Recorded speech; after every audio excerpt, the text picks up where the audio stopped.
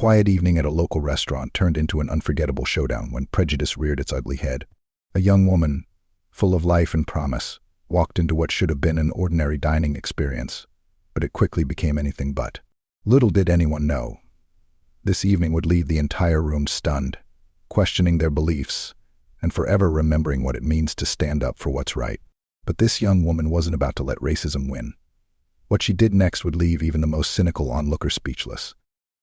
The restaurant was bustling with activity, silverware clinking against porcelain plates, soft murmurs of conversation blending with the occasional burst of laughter. The scent of freshly baked bread mingled with the rich aroma of roasted meats and herbs. It was the kind of place where people came to celebrate, unwind, and escape the chaos of the outside world. Dim lighting cast a golden glow on the polished wooden tables, and the flicker of candles added a touch of warmth to the upscale, cozy ambience. Among the crowd, she walked in confident, poised, and unmistakably radiant. Her name? Not yet important. What mattered most in that moment was how she carried herself. Head held high, shoulders back, her presence commanding attention without a single word. Dressed in a simple but elegant outfit, she seemed ready to enjoy an evening to herself or perhaps with company.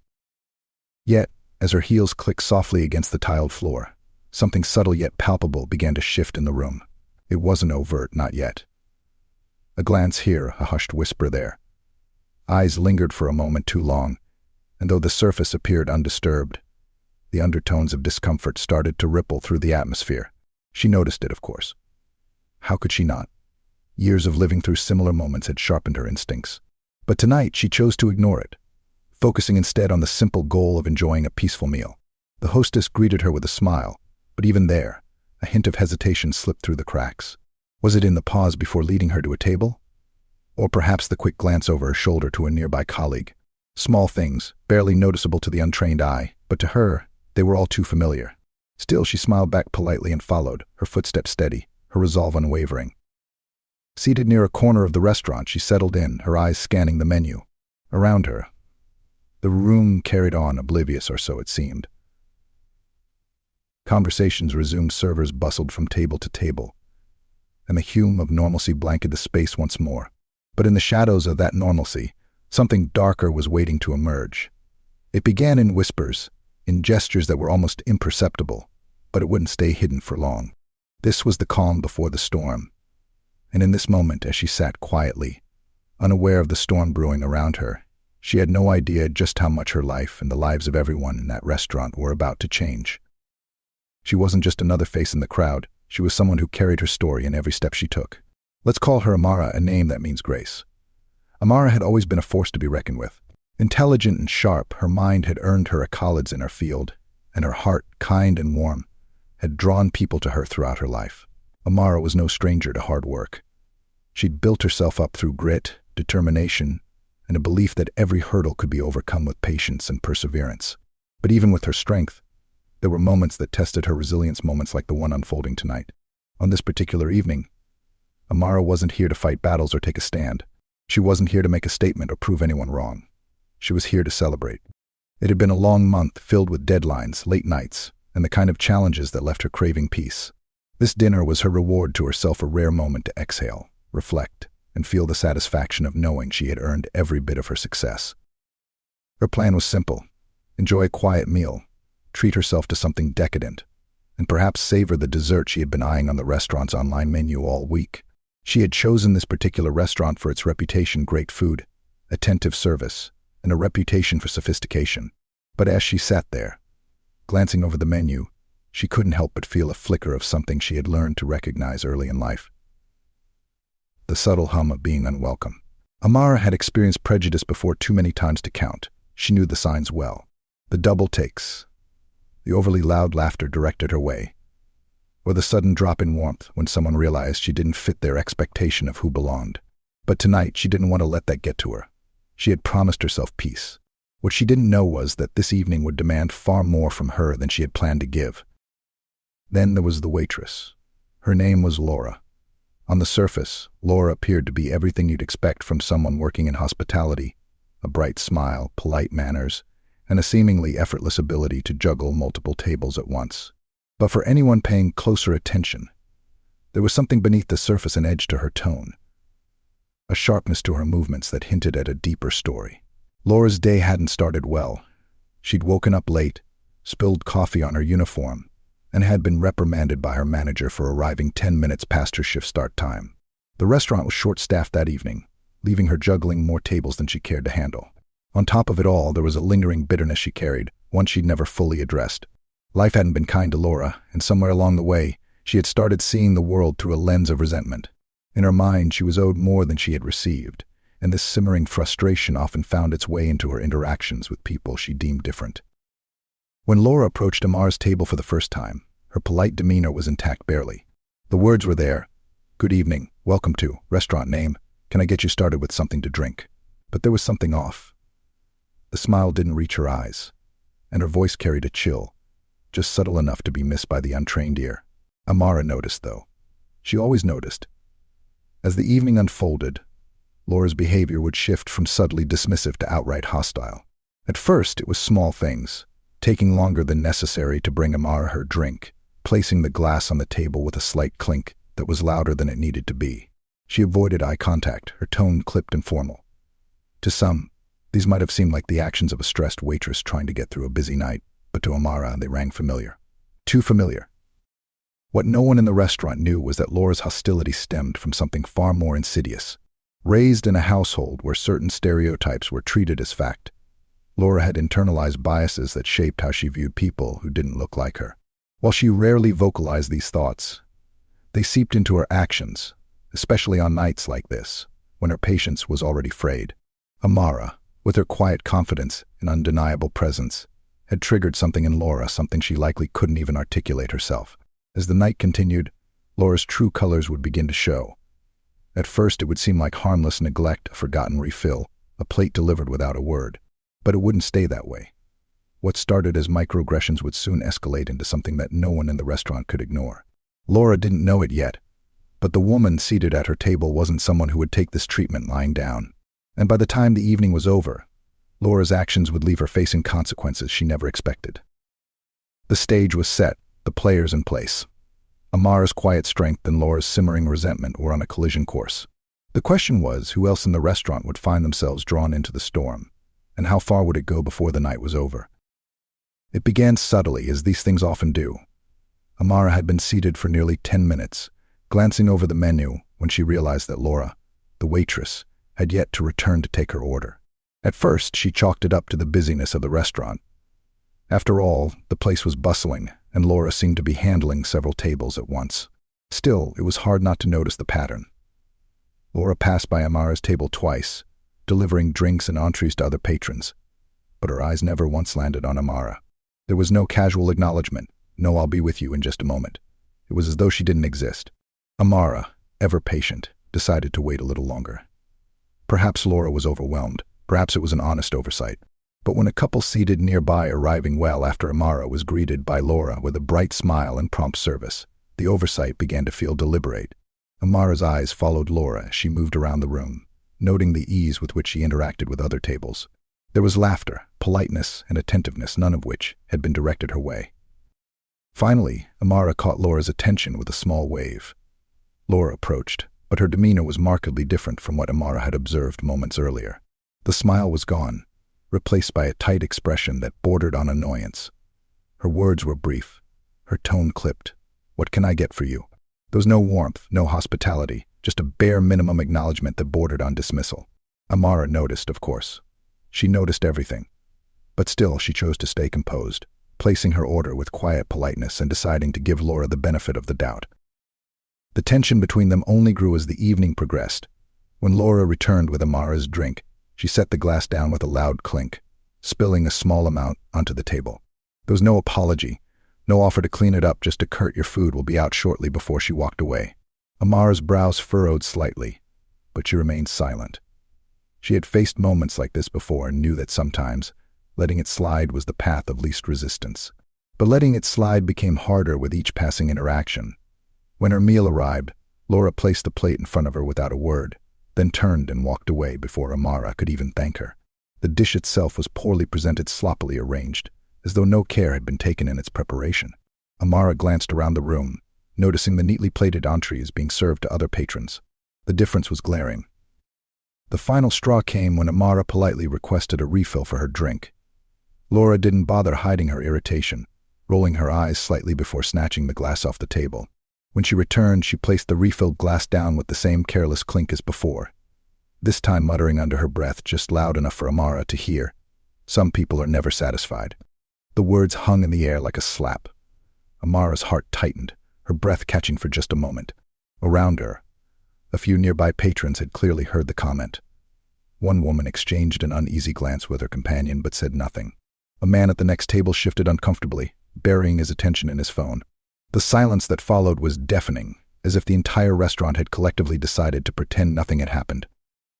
Amara sat there, still as a statue, the weight of the moment pressing down on her. Her mind raced with thoughts, questions, frustrations, and memories of every similar experience she had endured in the past. Why did this keep happening? Why did people feel so entitled to treat her, and others like her, as though they were less than? And why, in a room full of witnesses, did no one feel compelled to speak up? But Amara was not one to let bitterness consume her. She had learned long ago that staying composed was a form of power in itself. She straightened her posture, her hands resting calmly on the table, and took a deep breath. If Laura thought she could reduce her to silence with a few muttered words and dismissive actions, she was sorely mistaken. Her eyes scanned the room, meeting the gazes of a few patrons who quickly looked away. There was pain in her chest, yes, but also resolve. She wouldn't let this ruin her evening, and she wouldn't let Laura's actions go unnoticed. Amara had always believed in standing up for herself, but she also understood the power of timing. She wasn't going to respond out of anger. She would respond with purpose. Her expression softened, a small smile playing at the corners of her lips, not one of amusement, but of quiet determination. If Laura wanted to push her, she would see just how far Amara was willing to go to stand her ground. For now, Amara sat back, allowing the tension to settle. The storm was brewing, but she would decide when it was time to unleash it. What Amara didn't know was that her composure and quiet strength were already making an impact. A few of the customers who had witnessed the interactions were starting to whisper among themselves. The staff, too, were beginning to notice Laura's behavior, though no one had yet intervened. The air was thick with unspoken words, and the energy in the room had shifted. Everyone could feel it, they just didn't know where it was heading. But Amara knew. Deep down, she had already decided tonight would not end in silence. Not this time. The moment came with a single sentence, sharp as a knife and delivered without hesitation. Laura returned to Amara's table, carrying a dessert plate. Her movements were brisk, her expression set in a mask of irritation that she no longer bothered to hide. As she placed the plate down in front of Amara, again with a careless clink that echoed against the polished surface of the table, she muttered under her breath, loud enough for Amara and nearby patrons to hear. He didn't know they'd let everyone in here these days. The words hit Amara like a physical blow, but she didn't flinch. Her hands, resting on the table, tensed slightly, her fingers curling inward as she fought to process what she had just heard. The room seemed to shift in that moment, the hum of conversation quieting as those nearby registered the comment. Some glanced over, their faces marked by varying degrees of discomfort and disbelief. Others pretended not to have heard, their gazes firmly fixed on their plates or phones. But there was no mistaking the tension now hanging in the air. It was as though the entire restaurant was holding its breath, waiting to see what would happen next. Amara's heart raced, a mix of anger and sadness flooding her chest. She had hoped to avoid confrontation tonight, to brush off the subtle slights and enjoy her evening, despite them. But this was different. This was direct, undeniable, and utterly unacceptable. She could feel the heat rising to her face, the sharp sting of injustice sparking behind her eyes. And yet, she didn't lash out. That wasn't her way. Amara took a deep breath, steadying herself. She raised her gaze to meet Laura's, her expression calm but unyielding. Her voice, when she spoke, was steady and clear, carrying just enough weight to draw the attention of those around her. "Excuse me," she began, her tone polite yet firm. "But I think we need to address what you just said." Laura stiffened, her composure faltering for the first time. "I don't know what you're talking about," she replied, her voice defensive, but wavering slightly. She avoided Amara's gaze, her hands fidgeting with the edges of her apron. Amara leaned forward slightly, her posture remaining composed but her eyes locking onto Laura's. "You said, I didn't know they'd let everyone in here these days. I'd like to understand what you meant by that. Because from where I'm sitting, it sounds a lot like you're judging me not for who I am, but for the color of my skin." Her words were deliberate, each syllable enunciated with the clarity of someone who knew the power of language and the weight of truth. The restaurant fell into a heavy silence. Conversation ceased, forks were set down, and all eyes turned toward Amara and Laura. The other servers, who had been bustling around the room just moments ago, froze in their tracks, their gazes darting nervously between the two women. Laura opened her mouth as if to respond, but no words came. Her face reddened, a mix of anger and embarrassment coloring her features, as she struggled to formulate a reply. Amara continued, her voice unwavering. "I came here tonight to enjoy a meal, just like everyone else in this restaurant. I didn't ask for special treatment. And I certainly didn't ask to be judged or belittled because of who I am. But since you've decided to make my presence an issue, let's address it openly. Do you believe I don't belong here? And if so, why? I think we all deserve to know." She gestured subtly to the room around her, inviting the other patrons into the conversation without directly calling them out. The room remained silent for a beat, the tension palpable. Then, a soft murmur began to ripple through the crowd. A woman at a nearby table whispered something to her companion, her brows furrowed in concern. A man seated near the bar shook his head slightly, his expression a mix of discomfort and disapproval. Across the room, a younger couple exchanged uneasy glances, their faces reflecting a quiet understanding of the gravity of the moment. Not everyone reacted with sympathy, though. At one corner table, an older man leaned back in his chair, his arms crossed over his chest, his expression one of thinly veiled irritation. He muttered something under his breath, a comment just out of earshot but unmistakably dismissive. His companion, a woman wearing an expensive scarf, placed a hand on his arm, as if to calm him, though her own expression was carefully neutral. Amara's words had struck a chord not just with Laura, but with everyone present. For some, it was a moment of reckoning, a chance to confront their own complicity in similar situations. For others, it was an unwelcome disruption, a reminder of the uncomfortable truths they preferred to ignore. But regardless of their personal feelings, no one in the room could deny the power of what was unfolding before them. Laura, meanwhile, stood frozen, her hands clenching and unclenching at her sides. She seemed caught between defiance and shame, her eyes darting around the room, as though searching for an escape. But there was no escape, not from this, not now. The truth had been spoken, and the room was waiting for her response. Amara leaned back slightly in her chair, her posture relaxed, but her gaze unwavering. She wasn't just speaking for herself anymore. She was speaking for everyone who had ever been made to feel small, unwelcome, or invisible. And in doing so, she had shifted the dynamic of the entire evening. What had begun as a quiet dinner for one had become a moment of truth for everyone present, a moment they would not soon forget. Amara took a moment to gather her thoughts, her gaze sweeping across the room before settling back on Laura. Her voice, when she spoke again, was steady and filled with quiet strength. "You know," she began, "I've lived with moments like this my entire life. Moments where people think they can belittle me, ignore me, or make me feel small because of the color of my skin. Sometimes it's subtle, a look, a tone of voice, a refusal to acknowledge my presence. Other times, it's blatant, like the comment you just made. But whether it's whispered behind my back or said to my face, the message is always the same, that I don't belong." She paused, letting her words settle over the room. The air was heavy with silence, every patron and staff member transfixed by her presence. "But let me tell you something," she continued, her voice growing stronger. "I do belong. I belong in this restaurant, in this city, in any space I choose to occupy. And no amount of hostility, no amount of ignorance, is going to change that." Her eyes softened as she looked around the room, addressing not just Laura, but everyone present. "We all have a choice in moments like this," she said. "We can choose to stay silent, to look away, to pretend we didn't hear or see what's happening. Or we can choose to speak up, to stand with those who are being wronged, and to say, this isn't right. Silence may feel safer, but it allows prejudice to grow unchecked. And I, for one, refuse to be silent anymore." Amara's words were filled with emotion, pain, yes, but also hope. To anyone who has ever felt like they didn't belong, like they weren't enough because of someone else's ignorance, you are enough. You have every right to take up space, to demand respect, and to be treated with dignity.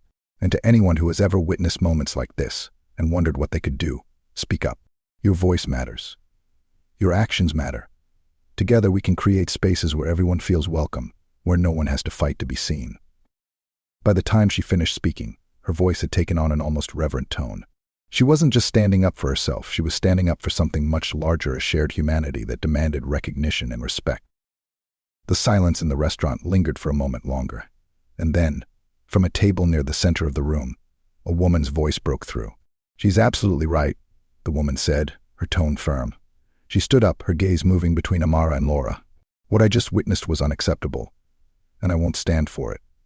This isn't the kind of place I want to support if this is how people are treated here. Her words hung in the air like a challenge, and slowly, others began to follow suit. A man near the bar nodded in agreement. I was uncomfortable with how you were acting earlier, he said, directing his comment to Laura. It's not okay to treat anyone like that, no matter what you're going through. Another patron, a younger woman seated with her family, spoke up next. She's so right. It's on all of us to call this out when we see it. Staying quiet just lets it continue. The tide of support began to swell, voices rising in solidarity with Amara. Customers turned their attention to the restaurant staff, murmuring demands for accountability. Some spoke softly to one another, while others looked directly at Laura, with expressions ranging from disappointment to outright anger. The energy in the room had shifted completely, and it was clear that this was no longer just Amara's battle, it was a moment of collective reckoning. At that moment, the restaurant manager appeared, his face a mixture of concern and unease. He approached Amara's table with measured steps, his hands clasped tightly in front of him. I'm so sorry, ma'am, he began, his voice low but earnest. I've just been made aware of what's been happening, and I want to assure you that this behavior is not representative of our values here. Please, allow me to make this right. Laura stood stiffly nearby, her face pale and her hands fidgeting with her apron. The manager turned to her, his tone now firm and unyielding. Laura, your behavior tonight is unacceptable. We do not tolerate discrimination or disrespect in this establishment, not toward our customers, not toward anyone. I need you to leave the floor immediately. We'll be discussing your future with this company later. The finality in his words left no room for argument, and Laura's face crumpled as she turned and walked away, disappearing into the kitchen. The manager turned back to Amara, his expression sincere. I can't erase what's happened tonight, but I want to make amends. Your meal is on the house, and I'd like to personally invite you back as our guest for a future dinner. We'll also be implementing additional training for all staff to ensure that something like this never happens again. Amara studied him for a moment before nodding. Thank you, she said, her voice calm but resolute. I appreciate your words and your actions. It's important that we don't just let moments like this pass without change. She shook his hand, her poise and grace leaving an indelible impression on everyone present. As the evening wound down, the energy in the room began to shift once more, not back to the easy comfort of before, but to something deeper, more reflective. Patrons whispered among themselves, some discussing Amara's speech, others vowing to do better in their own lives. One table even approached Amara on their way out, offering words of support and gratitude for her courage. Amara stayed for a while longer, finishing her meal in peace. And when she finally left the restaurant, she carried with her not just the weight of the evening, but the knowledge that her voice had made a difference. It wasn't just about her. It was about every person who had ever felt invisible, about building a world where no one had to fight for their humanity. Outside, the night air was cool and quiet. Amara walked with her head held high, her heart steady. She had come to the restaurant that evening for a simple meal, but she had left with something far greater, a reminder of her strength and the power of standing up for what was right. As Amara prepared to leave the restaurant, something extraordinary happened. A woman at a nearby table stood up and began clapping.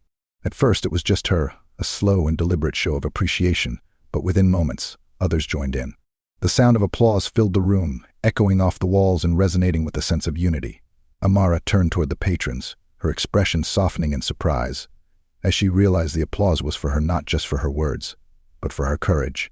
A young man approached her table, his hands tucked into the pockets of his jacket. I just wanted to say thank you, he said, his voice sincere. What you did tonight, it wasn't easy, but it was so important. People like you inspire the rest of us to be braver, to speak up when it matters. A few others followed suit, offering similar words of encouragement and gratitude. A couple seated near the window even invited her to join them for coffee sometime, extending a warm gesture of friendship. The restaurant, which had felt tense and fractured earlier, now seemed alive with a renewed sense of connection. Strangers exchanged knowing looks and small smiles, silently acknowledging the shared impact of what they had witnessed. It was as though a weight had been lifted, replaced by an unspoken commitment to do better, not just for Amara, but for everyone who had ever been treated unfairly. Outside, the cool night air greeted Amara as she stepped onto the sidewalk. She paused for a moment, looking back at the restaurant's glowing windows. Inside, she could still see patrons talking animatedly, their faces lit with the kind of energy that comes from witnessing something profound. Amara took a deep breath, her thoughts swirling as she reflected on the evening's events. I didn't expect to make a difference tonight, she thought, her gaze shifting to the stars above. But maybe that's how change starts, not with grand plans or perfect timing, but with one voice speaking up when it matters most. She allowed herself a small smile, the weight of the evening giving way to a quiet sense of hope. If I can inspire even one person to stand up for what's right, then it's all been worth it. As she walked toward her car, she thought about the faces she had seen in the restaurant, the whispers of support, the applause, the manager's sincere apology. It hadn't erased the pain of what had happened, but it had reminded her of the power of solidarity. People had listened. They had acted. And that, in itself, was a victory. Before she could leave, the restaurant door opened behind her. The manager stepped out, holding a small takeout bag. "Miss, wait," he called, jogging a few steps to catch up with her. Amara turned, raising an eyebrow in surprise. He handed her the bag, a sheepish but genuine smile on his face. "This is just a little something for later," he said. "A dessert on the house. I know it doesn't make up for what happened, but I hope it shows how much we appreciate your patience and your courage." Amara accepted the bag, her lips curving into a soft smile. "Thank you," she said simply, her voice carrying the weight of her gratitude. As the manager turned to head back inside, another voice called out from the doorway. It was the young couple who had spoken to her earlier. "Hey," the man said, stepping forward with his partner at his side. "We just wanted to let you know that you're not alone. If you ever need anything support, a listening ear, we're here."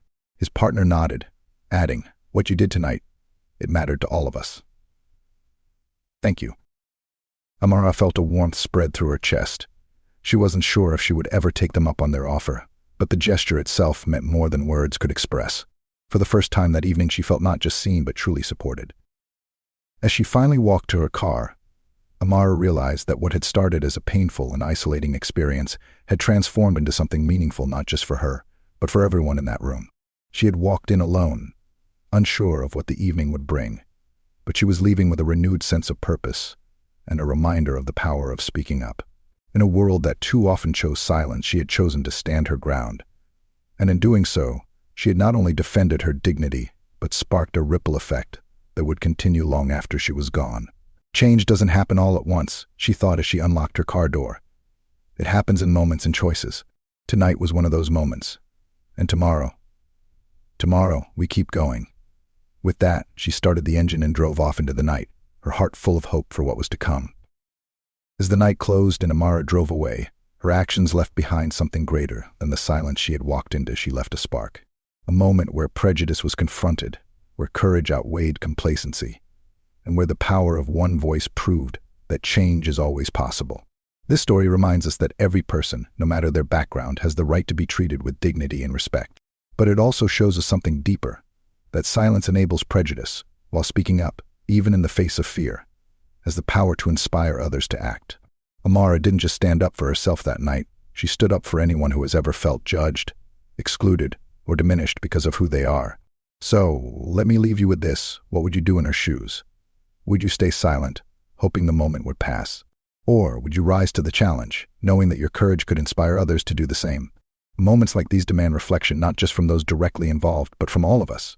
Because standing against prejudice is not the responsibility of a few, it's the duty of everyone. If this story moved you, take a moment to reflect on your own experiences or consider how you might react in a similar situation. Share your thoughts in the comments below. Let's start a conversation. Have you ever witnessed or experienced a moment like this? How did you respond, or how do you wish you had responded? Your voice matters, and sharing it here can inspire others to speak out too. If you found this story powerful, please don't forget to like this video. By doing so, you're helping this message reach more people who need to hear it. And don't stop there, share this video with your friends, your family, and anyone who believes in the power of justice, courage, and change. Together, we can ensure that stories like Amara's are seen and heard by the world. This is just one story of resilience and justice, but it's far from the last. Our world is filled with stories that challenge our perspectives, inspire our actions, and remind us of the strength we all possess to make a difference. Join us on this journey as we uncover more real-life accounts of courage, perseverance, and the fight for equality. Make sure you're subscribed to this channel and turn on notifications so you never miss a story that could inspire you to be the change. Together, let's continue to shed light on injustice, celebrate acts of bravery, and remind everyone that even the smallest voice can have a lasting impact. Thank you for watching, and remember, change starts with one moment, one choice, and one voice. Will yours be next?